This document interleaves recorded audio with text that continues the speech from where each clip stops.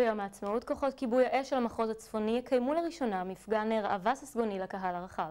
הדמויות של חילוץ פצועים, גלישה מגובה רב וכיבוי שרפות חומרים מסוכנים הם רק חלק מהאירועים.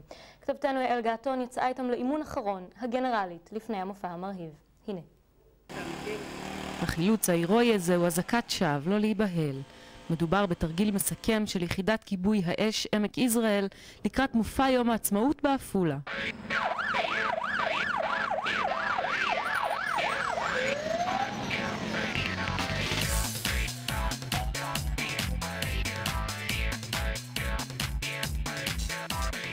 המטרה להראות את העוצמה של המחוז הצפוני. היום עברנו ממשרד הפנים למשרד לביטחון פנים, נהפכנו להיות גוש אחד גדול, מחוז צפוני, שמעפולה עד לקריית שמונה, שזה המחוז שלנו היום.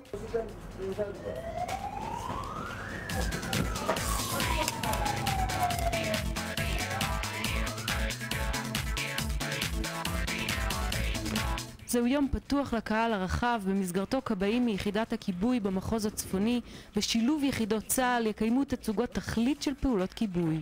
חיתוך רכבים, הדמיה של תאונות דרכים, חומ"ס, רכב האלמוג המחוזי יבצע שם חומרים מסוכנים, דליפה ממכלית והתאימה של המכלית. אין מים, תן קצב!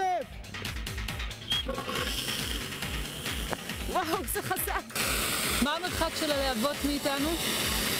בערך מטר, 30 מטר, תלוי בעוצמת האש, תלוי בקרינה.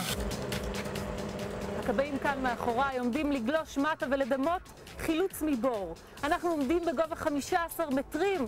זה נראה מובן מאליו אולי שהכבאים יעשו את המשימה הזאת, אבל תאמינו לי, מכאן זה נראה מאוד מפחיד.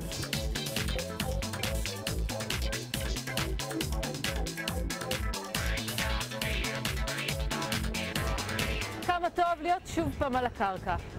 ומהקרקע אל חדר המבצעים, שם נערכים בכובד ראש לאירוע.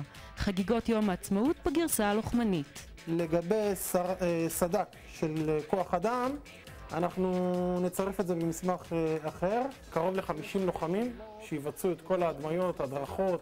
יש שם 11 כלים של כל שירותי הכבאות בארץ. זה הולך להיות באמת יום מיוחד, שיש בזה סוג של התרגשות.